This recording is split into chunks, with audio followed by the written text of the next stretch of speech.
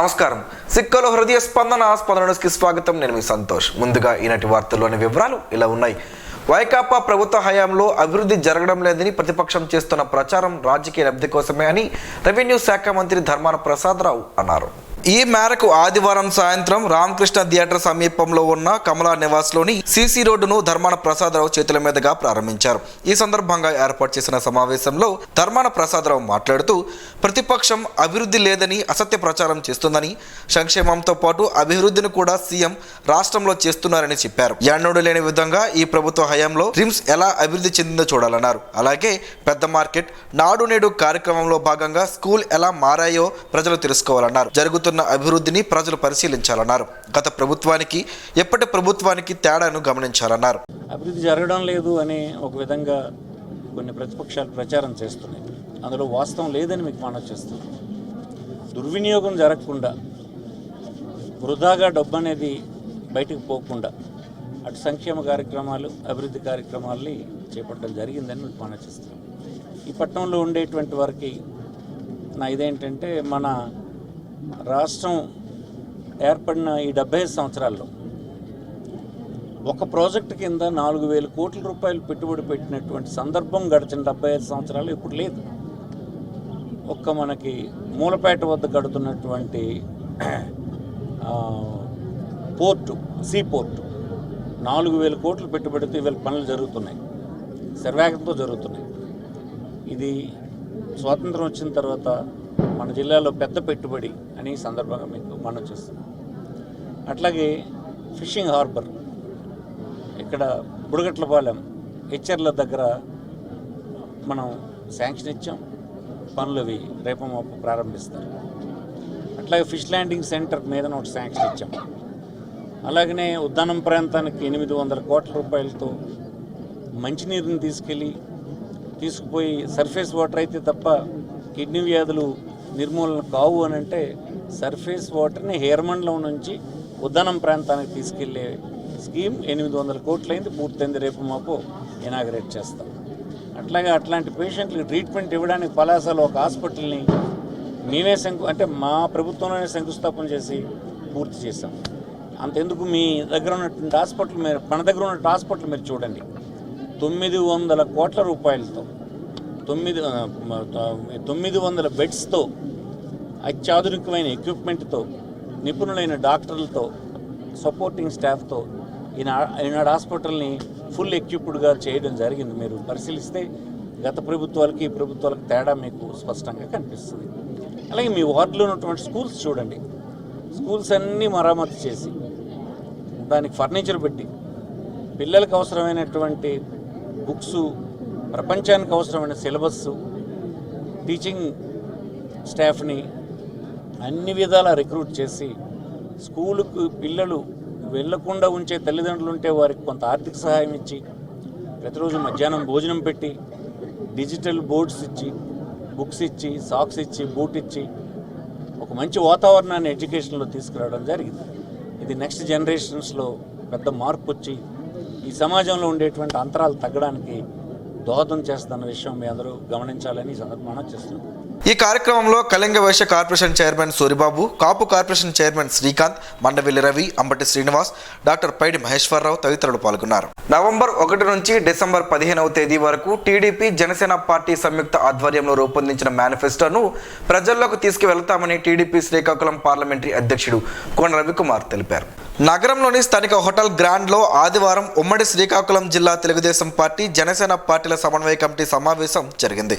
ఈ సమావేశం అనంతరం కోన రవికుమార్ మీడియాతో మాట్లాడుతూ చంద్రబాబు నాయుడు ప్రకటించిన అంశాలతో కూడిన మేనిఫెస్టోలో పవన్ కళ్యాణ్ చేర్చిన 4 అంశాలను చేర్చి పూర్తి స్థాయిలో మేనిఫెస్టోను విడుదల చేసి ప్రజలకు విస్తృతంగా తీసుకువెళ్లేందుకు తీర్మానం చేసినట్లు తెలిపారు. జనసేన, టీడీపీ నాయకులు పార్టీ కార్యక్రమాలను ముందుకు తీసుకువెళతామని చెప్పారు. 10 పథకాలతో కూడిన మేనిఫెస్టోను రాష్ట్ర ప్రజలకు తమ పార్టీ అధికారంలోకి వచ్చాక అమలు చేస్తామని చెప్పారు. ఈరోజు ఈ కార్యక్రమంలో అనేక నిర్ణయాలు తీసుకున్నాం. ఏదైతే చంద్రబాబు నాయుడు గారి అక్రమంగా, అమానుషంగా ఇల్లీగల్ డిటెన్షన్ చేశారో ఈ సమావేశం తెలుగుదేశం, జనసేన పూర్తిగా దానిని ఖండిస్తూనే ఈ జగన్మోహన్ రెడ్డి ప్రభుత్వంలో సాగిస్తున్నటువంటి అప్రజాస్వామిక విధానాల్ని, అప్రజాస్వామికంగా సాగిస్తున్నటువంటి అరాచకాలని, అకృత్యాలని ఈ సమావేశం తీవ్రంగా ఖండిస్తూ ఇల్లీగల్ డిటెన్షన్ పైన, చంద్రబాబు నాయుడు గారి ఇల్లీగల్ డిటెన్షన్ పైన కూడా తీవ్రంగా ఖండిస్తున్నాం. అలానే ఈరోజు తెలుగుదేశం పార్టీ, జనసేన కలిసి ఏదైతే ప్రజలు కోరుకున్నారో ఆ రెండు పార్టీలు కలిసి పని చెయ్యాలి, ఈ రాష్ట్రం కోసం, రాష్ట్రంలో ఉన్న భవిష్యత్ తరాల కోసం, రాష్ట్ర అభివృద్ధి కోసం ఏదైతే కలిసి పని చేయాలని ప్రజలు కోరుకున్నారో ప్రజల ఆకాంక్షలను నెరవేర్చే విధంగా పవన్ కళ్యాణ్ గారు, చంద్రబాబు నాయుడు గారు కలిసి తీసుకున్నటువంటి ఈ కలయిక అనేటటువంటి నిర్ణయం ఏదైతే ప్రజల ఆకాంక్షల్ని నెరవేర్చడానికి ఈ రాష్ట్రంలో వైసీపీ రహిత ఆంధ్రప్రదేశ్ రాష్ట్రంగా తయారు చేయడానికి జనసేన నాయకులైనటువంటి పవన్ కళ్యాణ్ గారు ఏదైతే పిలుపిచ్చారో ఆ పిలుపునికి ఆధారంగా ఈరోజు ఈ శ్రీకాకుళం జిల్లాలో తొలి అడుగు ప్రారంభిస్తున్నామని చెప్పి ఈ సందర్భంగా తెలియజేస్తున్నాం. జనసేన శ్రీకాకుళం కోఆర్డినేటర్ పాలవలస యశస్విని మాట్లాడుతూ సమన్వయ కమిటీ సమావేశం జరిగిందని, రాష్ట్రంలో వైకాపా నాయకుల అరాచకాలకు పెరిగిపోతున్నాయని, వీటిని అడ్డుకోవాలని తీర్మానం చేసినట్లు చెప్పారు. ఆప్షన్ ఇవ్వకపోవడంతో అప్పుడు అర్ధరాత్రి మా నాయకుల్ని, మనోహర్ గారిని, పవన్ కళ్యాణ్ గారిని అప్పుడు రిలీజ్ కాదు, వసూలుబాటు చేశారు. ఇలాంటి విషయాల్లో అంటే ఇవన్నీ ఎందుకు చెప్తున్నామంటే అరాచకం మితిమీరిపోయింది. దరిద్రుడికి ఆకలి ఎక్కువ, ఎంతైనా కావాలి, ఎంతైనా తినాలి. 151 సీట్లు వచ్చాయని విర్రవీగిపోతున్న ఈ ప్రభుత్వానికి ఒక చెక్ పెట్టే దిశగా మేము ఈ పొత్తులు భాగంగా వెళ్తున్నాం. ప్రజలందరికీ మా విన్నపం, తీర్మానాలు ఎలాగైతే తీసుకున్నామో ప్రజలందరికీ ఒకే ఒక విన్నపం. నేను పదే పదే ప్రతి క్యాన్వాస్లో చెప్తాను, 151 సీట్లు వచ్చాయి. రాక్షసుడికి 10 తలలు ఉంటాయి. 10 తలను చూసి రాక్షసుడిని భయపడకండి. వాడికి ఉండేది ఒకే ఒక గుండె, అది గాజు గ్లాసో లేకపోతే సైకిల్కి గుద్ది ఈ పొత్తులతో ఉండే ఈ భాగంతో అందరి ప్రజలకి నేను విన్నపం చేసేది, మీరు అక్కడ ఓటు అనేది మీ ఆయుధం. అంబేద్కర్ గారు చెప్పిన ఆయుధాన్ని మీరు ఉపయోగించి మంచి రాష్ట్ర మనకి మంచి పరిపాలన వచ్చిన ఒక ప్రభుత్వాన్ని మీరు ఈ పొత్తుల భాగంగా మీ రాష్ట్ర ప్రయోజనాల కోసం ఈ పొత్తులు అనేది మేము ఏర్పాటు చేసుకోవడం జరిగింది. దీనికి మీరందరూ మద్దతు ఇచ్చి 151 సీట్లు అలానే మొత్తం త్రూ అవుట్ ఇక్కడ శ్రీకాకుళం జిల్లా వచ్చేసరికి 10 నియోజకవర్గాలకు కూడా మీరు మద్దతు ఇవ్వాలని ప్రజలకి, అలానే మీడియా మిత్రులందరూ కూడా నా విన్నపం ఇది. ఎంపీ కింజరాపు రామ్మోహన్ నాయుడు, టీడీపీ రాష్ట్ర పాలిట్ బ్యూరో సభ్యులు అనిత, మాజీ ఎమ్మెల్యే గుండె లక్ష్మీదేవి, ఎమ్మెల్యే అశోక్ తదితరులు మాట్లాడారు. ఆంధ్రప్రదేశ్ రాష్ట్రం తాలూకా పరిస్థితి ఈరోజు చూసుకుంటే చాలా ప్రమాదకరమైనటువంటి స్థితిలో ఉన్నాం. ఈరోజు పక్క రాష్ట్రాలు కూడా మన మీద నవ్వుకునేటటువంటి పరిస్థితి, జోకులేసే పరిస్థితి ఈరోజు ఏర్పడిందనంటే దానికి ముఖ్యమైనటువంటి కారణం ఈరోజు ముఖ్యమంత్రిగా ఉన్న జగన్మోహన్ రెడ్డి 4.5 సంవత్సరాలుగా అభివృద్ధిని పక్కన పెట్టి, ప్రజల సంక్షేమాన్ని పక్కన పెట్టి, రాష్ట్ర భవిష్యత్తుని పక్కన పెట్టి తన దోచుకోవడానికి, తన అరాచకత్వానికే తన తాలూకా పదవి వినియోగించుకున్నాడు తప్ప ఈరోజు 4.5 సంవత్సరాల తర్వాత ఒక వర్గం కానీ, ఒక వ్యక్తి కానీ ధైర్యంగా ముందుకు వచ్చి జగన్మోహన్ రెడ్డి వల్ల, వైఎస్ఆర్ కాంగ్రెస్ పార్టీ వల్ల నాకు ఇది మంచి జరిగిందని చెప్పుకునేటటువంటి స్థాయిలో ఈరోజు రాష్ట్రం లేదు. ఈ యొక్క ప్రమాదాన్ని గ్రహించారు చంద్రబాబు నాయుడు గారు, అలాగే పవన్ కళ్యాణ్ గారు. ప్రజాస్వామ్యాన్ని అత్యంత గౌరవించేటటువంటి వ్యక్తులు వీళ్ళు. రాజ్యాంగాన్ని కాపాడుకోవాలి, అవసరమైతే ప్రాణాన్నైనా పణంగా పెట్టాలని నమ్మి రాజకీయాల్లోకి వచ్చినటువంటి వ్యక్తులు వీరు. అటువంటిది ఆంధ్రప్రదేశ్ రాష్ట్ర భవిష్యత్తు బాగుండాలి, మన తెలుగువారు, ఆంధ్ర వాళ్ళు అందరూ కూడా గర్వంగా ఇక్కడ బ్రతకాలనే ఆలోచనతో ఈ యొక్క పొత్తుని ముందుకు కొనసాగిస్తున్నాం. అంతర్గతంగా చర్చించుకున్నటువంటి కొన్ని విషయాలు కూడా మీ ముందుకు చెప్పడం జరిగింది. చంద్రబాబు నాయుడు గారి తాలూకా అరెస్టు ఏదైతే అక్రమంగా చేశారో దాన్ని కూడా మేము తీవ్రంగా ఖండించాం. సూటిగా ఒకే ప్రశ్న అరెస్టు గురించి మేము ఇప్పటికీ కూడా అడుగుతున్నాం. 51 రోజులు అవుతుంది. మొట్టమొదటి రోజు నుంచి అడుగుతున్నటువంటి ప్రశ్న, ఎక్కడ అవినీతి జరిగింది, ఎవరికి డబ్బులు చెల్లాయో ఈ రోజు వరకైనా మీరు సమాధానం చెప్పగలరా? లోవర్ కోర్టు నుంచి సుప్రీం కోర్టు వరకు చూస్తున్నాం. మీ లాయర్లు కానీ, లేకపోతే విచ్చలవిడిగా విర్రవీగుతూ మాట్లాడుతున్నటువంటి మీ మంత్రులు కానీ, మీ తాలూకా నాయకులు కానీ ఒక్కరైనా సరే ఒక్క రూపాయి అవినీతి చంద్రబాబు నాయుడు గారు, వాళ్ళ కుటుంబ సభ్యులు, వాళ్ళ బంధుమిత్రులు ఎవరికైనా కూడా చెల్లించిందనంటే దాని మాట్లాడేటటువంటి అవకాశం ఏ ఒక్కరికి కూడా ఈ రోజు లేదు. ఈ కార్యక్రమంలో జనసేన పార్టీ పరిశీలకులు నాయకర్, మాజీ స్పీకర్ ప్రతిభాభారతి, మాజీ మంత్రి కొండ్రు మురళి, మాజీ ఎమ్మెల్యేలు బొగ్గు రమణమూర్తి, కలమట వెంకటరమణ, జనసేన నాయకులు రామ్మోహన్ రావు, కార్యకర్తలు, అభిమానులు పాల్గొన్నారు. రాష్ట్రంలో ముఖ్యమంత్రి వైఎస్ జగన్మోహన్ రెడ్డి నేతృత్వంలో ఏర్పాటైన గ్రామ సచివాలయ వ్యవస్థ పరిపాలనలో ప్రజానీకానికి చేదోడు వాదోడుగా నిలిచిందని ఆంధ్రప్రదేశ్ శాసన సభాపతి తమ్మినేని సీతారాం పేర్కొన్నారు. ఆదివారం సరుబుజ్లి గ్రామంలో సుమారు 40 లక్షల రూపాయల నిధులతో నిర్మించిన గ్రామ సచివాలయ నూతన భవనాల సముదాయాన్ని ఆయన చేతుల మీదుగా ప్రారంభించారు. 21.80 లక్షల అంచనాలతో నిర్మించిన రైతు భరోసా కేంద్రాన్ని స్పీకర్ ప్రారంభించారు. ఈ సందర్భంగా స్పీకర్ మాట్లాడుతూ నియోజకవర్గంలోని ప్రతి గ్రామాన్ని సర్వాంగ సుందరంగా రూపుదిద్దించడమే తన అభిమతమన్నారు.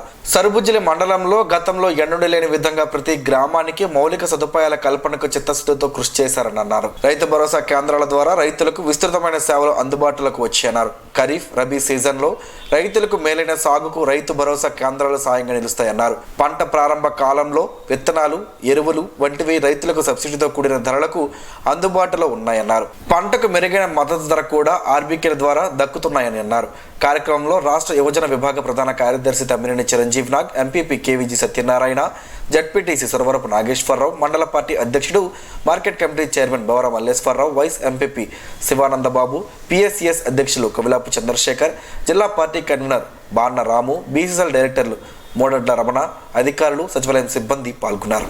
క్రీడాకారుల్లో క్రీడా స్ఫూర్తి ఉండాలని, ఎంచుకున్న క్రీడల్లో రాణించాలని రెవెన్యూ శాఖ మంత్రి ధర్మాన ప్రసాదరావు ఆకాంక్షించారు. నగరంలోని స్థానిక ఆర్ట్స్ కళాశాల మైదానంలో ఏర్పాటు చేసిన కొన్న చిన్నారావు మెమోరియల్ ఛాంపియన్షిప్ 2023 పోటీలను రెవెన్యూ శాఖ మంత్రి ధర్మాన ప్రసాదరావు ఆదివారం లాంఛనంగా ప్రారంభించారు. ఈ సందర్భంగా మంత్రి ధర్మాన మాట్లాడుతూ అనేక మంది ఔత్సాహికులు, సంబంధిత సంస్థలు క్రీడల పట్ల ఆసక్తి చూపడం వల్ల ఇలాంటి కార్యక్రమాలు నిర్వహించగలుగుతున్నట్లు చెప్పారు. క్రీడాకారులకు, నిర్వాహకులకు మంత్రి అభినందనలు తెలిపారు. ప్రభుత్వంతో పాటుగా ప్రైవేట్ సంస్థలు కూడా ముందుకు వస్తేనే క్రీడలు అభివృద్ధి సాధ్యమని, మంచి సమాజం నిర్మాణం చేయడం సులువు అవుతుందని చెప్పారు. ఈ కార్యక్రమంలో నిర్వాహకులు, క్రీడాకారులు తదితరులు పాల్గొన్నారు. ఈ నెల 25 నుంచి గోవాలో జరుగుతున్న 37వ నేషనల్ గేమ్స్ లో నరసన్నపేట పట్టణానికి చెందిన ఎన్ లలిత వెయిట్ లిఫ్టింగ్ లో స్వర్ణ పతకాన్ని సాధించారు. 81 కేజీల విభాగంలో పాల్గొన్న లలిత ఏకంగా 211 కేజీల బరువును ఎత్తి తన సత్తా చాటారు. నేషనల్ లెవెల్స్లో జిల్లా నుంచి వెయిట్ లిఫ్టింగ్లో గోల్డ్ మెడల్ సాధించిన తొలి మహిళగా ఆమె ఖ్యాతి గడించారు.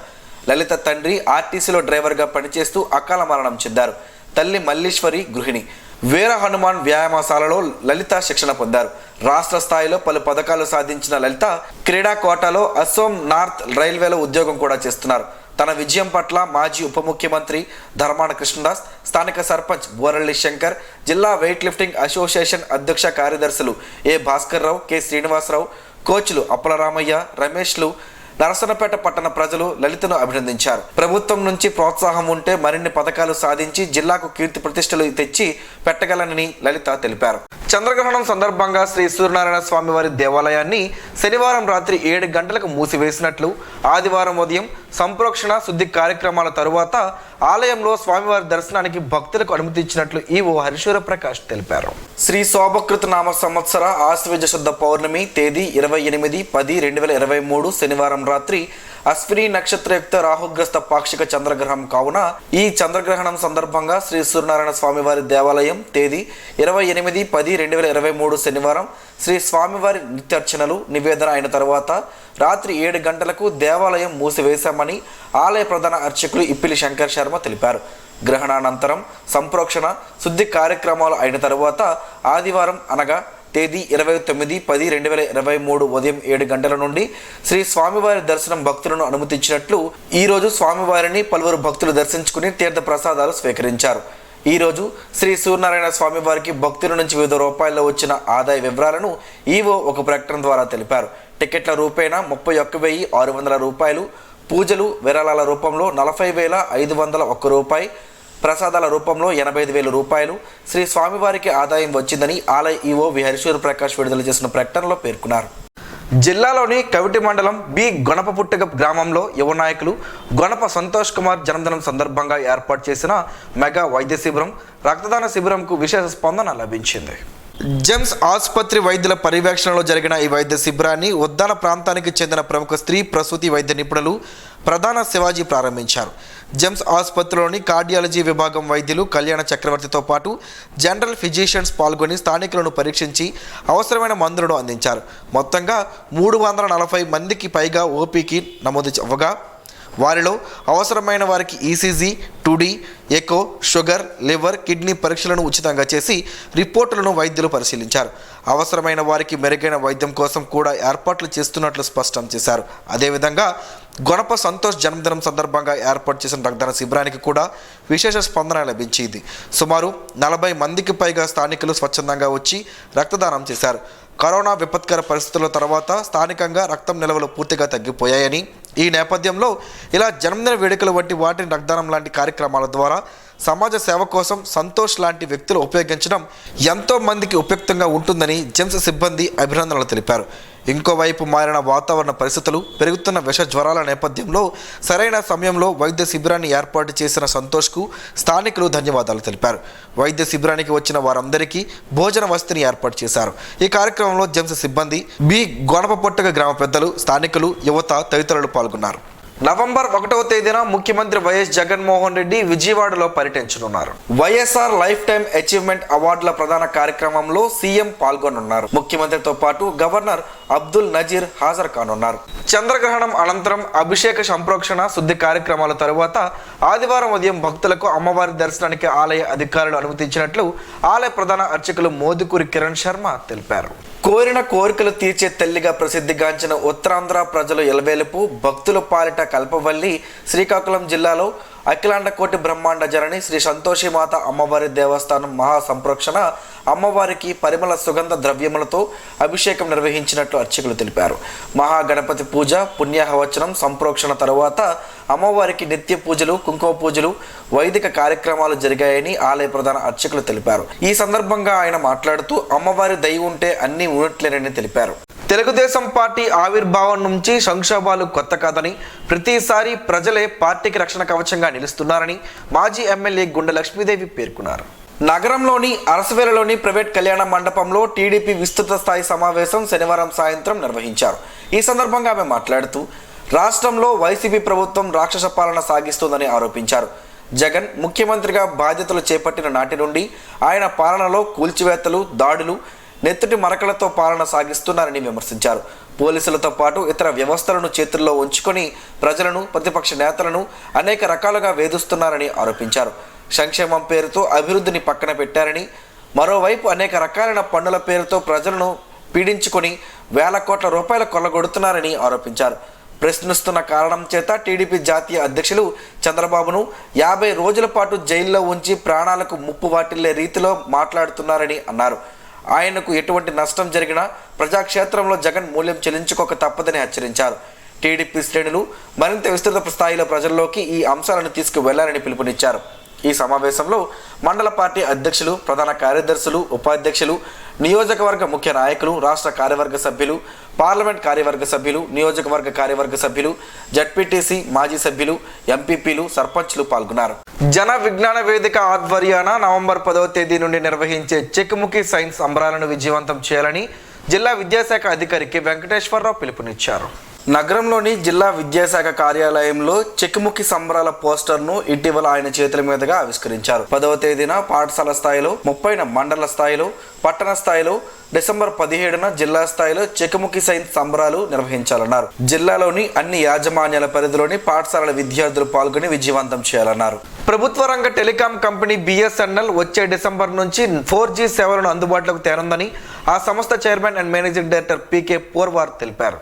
న్యూఢిల్లీలో జరుగుతున్న ఇండియన్ మొబైల్ కాంగ్రెస్లో ఆయన మీడియాతో మాట్లాడుతూ 2014 జూన్ కల్లా దేశవ్యాప్తంగా 4G సేవలను అందించనున్నామని పేర్కొన్నారు. తొలుత పంజాబ్ నుంచి ఈ సేవలు ప్రారంభిస్తామన్నారు. ఇప్పటికే 200 ప్రదేశాల్లో విజయవంతంగా పరీక్షలు నిర్వహించామన్నారు. దశల వారీగా ఇతర ప్రాంతాల్లో విస్తరిస్తామని చెప్పారు. 4G నెట్వర్క్ను 5Gకి అప్గ్రేడ్ చేసే బాధ్యతను దిగ్గజ ఐటీ కంపెనీ TCS ప్రభుత్వ రంగ ఐటీకి అప్పగించామన్నారు. 5G సేవల కోసం స్పెక్ట్రమ్ కూడా అందుబాటులో ఉందన్నారు. నగరంలోని స్థానిక టంగుటూరు ప్రకాశం మున్సిపల్ హై స్కూల్లో చదువుకున్న ఆనాటి విద్యార్థులు 43 ఏళ్ల తర్వాత ఈరోజు స్థానిక ప్రైవేట్ హోటల్ వేదికగా ఒక్కచోట కలిశారు. ఆనాటి తీపి జ్ఞాపకాలను గుర్తు చేసుకుని అందరూ చిన్ననాటి రోజులకు వెళ్లిపోయారు. వేడుకగా సందడిగా వాతావరణం మారింది. 1979, 1980 విద్యా సంవత్సరాల విద్యార్థులు సంఘటితంగా ఏర్పడి అప్పట్లో తమకు విద్యా బోధనను నేర్పిన నలుగురు గురువులను ఆత్మీయంగా సత్కరించారు. నరసయ్య శర్మ, బి సింహగిరి, కెఎస్ ప్రసాద్, సీతా మహాలక్ష్మి టీచర్లను సన్మానించడం గర్వంగా ఉందని పూర్వ విద్యార్థులు తెలిపారు. ముందుగా ప్రార్థనా గీతం, మా తెలుగు తల్లికి మల్లెపూదండ ప్రతిజ్ఞలతో ప్రారంభమైన కార్యక్రమం ఆద్యంతం ఆహ్లాదభరితంగా జరిగింది. పాత మిత్రుల కలయికను సన్మాన గ్రహీతులైన టీచర్లు అభినందించారు. 43 ఏళ్ల తరువాత జరిగిన ఈ అపూర్వ కలయికలో గురువులకు పాదాభిషేకం చేసి పుష్పాలతో పూజించి గురువుల ఆశీర్వాదాలు పొందారు. ఈ సందర్భంగా టీచర్లు సంతోషం వ్యక్తపరుస్తూ ఇలాంటి సమ్మేళనం జరగడం ఆనందంగా ఉందన్నారు. అన్ని దానాల్లోనూ అన్నదానం గొప్పదని, అన్నార్తుల కోసమే అన్నా క్యాంటీన్ను ఏర్పాటు చేసి పేదల ఆకలి తీరుస్తామని టీడీపీ నియోజకవర్గ యువ నాయకులు ఉమ్మడి శ్రీకాకుళం జిల్లా సర్పంచుల సంఘ అధ్యక్షులు గుండి శంకర్ అన్నారు. శంకర్ ఆధ్వర్యంలో ఏర్పాటు చేసిన అన్నా క్యాంటీన్ ఆదివారం వివిధ కూడళ్లలో 193వ రోజు కొనసాగింది. ఈ సందర్భంగా ఆయన మాట్లాడుతూ పేద బడుగు బలహీన వర్గాల పార్టీ తెలుగుదేశం పార్టీ అని, మళ్ళీ తెలుగుదేశం ప్రభుత్వం 2024లో అధికారంలోకి వస్తుందన్నారు. 2024లో ముఖ్యమంత్రిగా నారా చంద్రబాబు నాయుడు మరలా అన్నా క్యాంటీన్లను ప్రారంభిస్తారని చెప్పారు. అన్నా క్యాంటీన్ల ద్వారా ప్రతిరోజు జిల్లాలో వేలాది మంది కడుపు నింపుకునేవారన్నారు. ముఖ్యమంత్రిగా చంద్రబాబు నాయుడు అన్ని వర్గాల ప్రజలకు అనుకూలమైన పాలన అందిస్తారని, నేటి వైఎస్ఆర్సీపీ పాలనలో రాష్ట్రంలో పెరిగిన నిత్యావసర ధరలతో పేదల సామాన్యుల బతుకులు చిన్న భిన్నమైనవని ఆవేదన వ్యక్తం చేశారు. కార్యక్రమంలో వార్డు మాజీ కౌన్సిలర్ అంబటి లక్ష్మీరాజ్యం, రావుల గాంధీ, రఫీ, మోహన్, నరసింహ, కిషోర్, ముత్యాలమ్మ తదితరులున్నారు.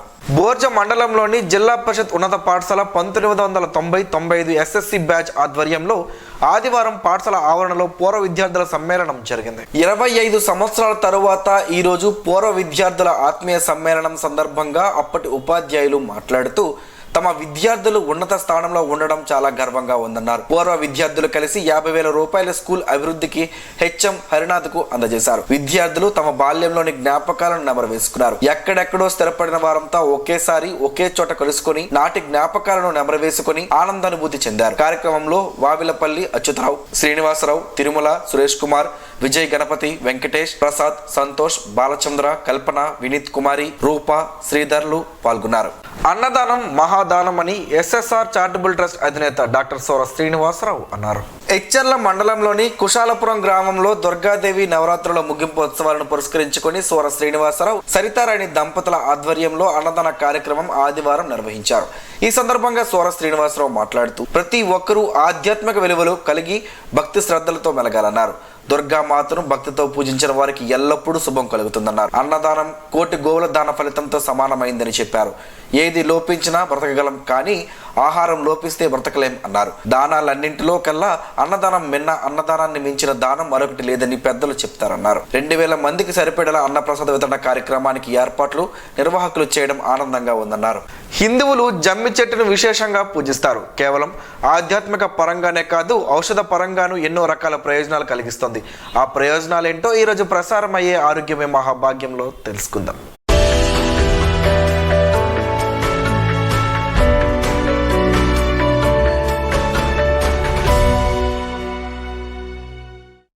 జమ్మి చెట్టు భారత ఉపఖండంలోనే ఉద్భవించిందన్నది శాస్త్రవేత్తలు చెబుతున్నారు.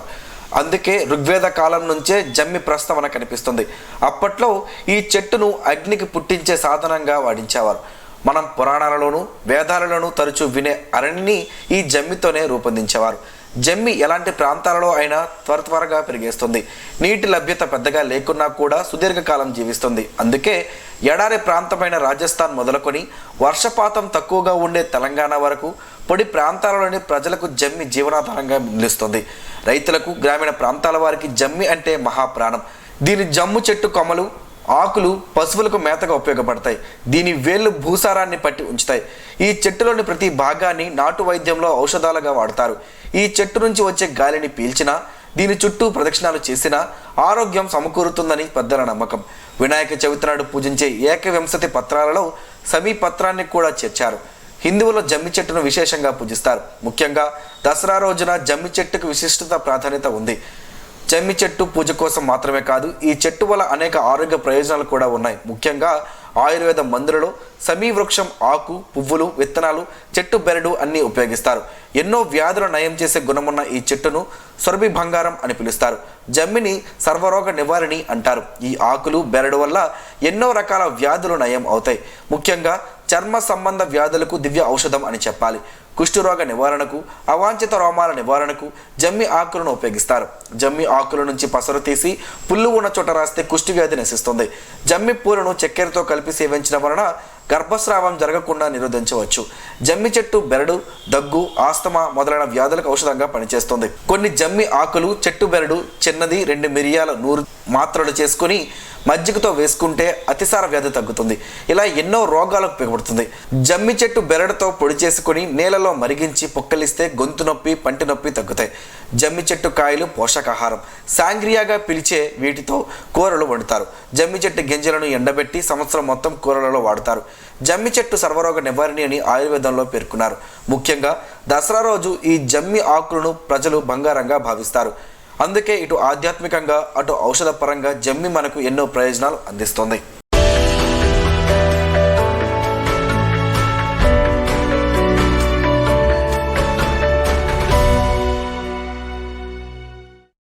ఈరోజు వార్తల్లో ఒక మంచి మాటను విందాం, ఆచరిద్దాం. సమాజ శ్రేయస్సును కాంక్షించే మహనీయుల శక్తుల్లోంచి ఈరోజు జీవనం, గమనం, గమ్యం. హైందవుడు అంటే తనకు గాని, కుటుంబానికి గాని, సమాజానికి గాని ఉపయోగమైన పని చేయువాడు. తనకు, కుటుంబానికి, సమాజమునకు, లోకానికి నష్టం చెయ్యనివాడు. తెలివి కంటే మౌనంగా ఉండడం ప్రకృతి సిద్ధం. మౌనం కంటే ఏకాంతంగా ఉండడం ఆత్మసిద్ధం. ఈ అన్నింటినీ త్యాగం చెయ్యడమే పరమాత్మ సిద్ధం. ఓం శ్రీ గాయత్ర్యై నమః. స్పందన ప్రేక్షకుల కోసం స్పందన న్యూస్ని ఇప్పుడు యూట్యూబ్లో అందుబాటులో ఉంచడమైంది. STV స్పేస్ స్పందన అని టైప్ చేసి వీక్షకులు తమ అనుకూలమైన సమయంలో న్యూస్ని వీక్షించగలరు. ఈ వార్తలు ఇంతటితో సమాప్తం. మరలా ప్రసారం అయ్యే స్పందన న్యూస్లో కలుసుకుందాం. అంతవరకు సెలవు. నమస్కారం. మీ మాటే మా బాట.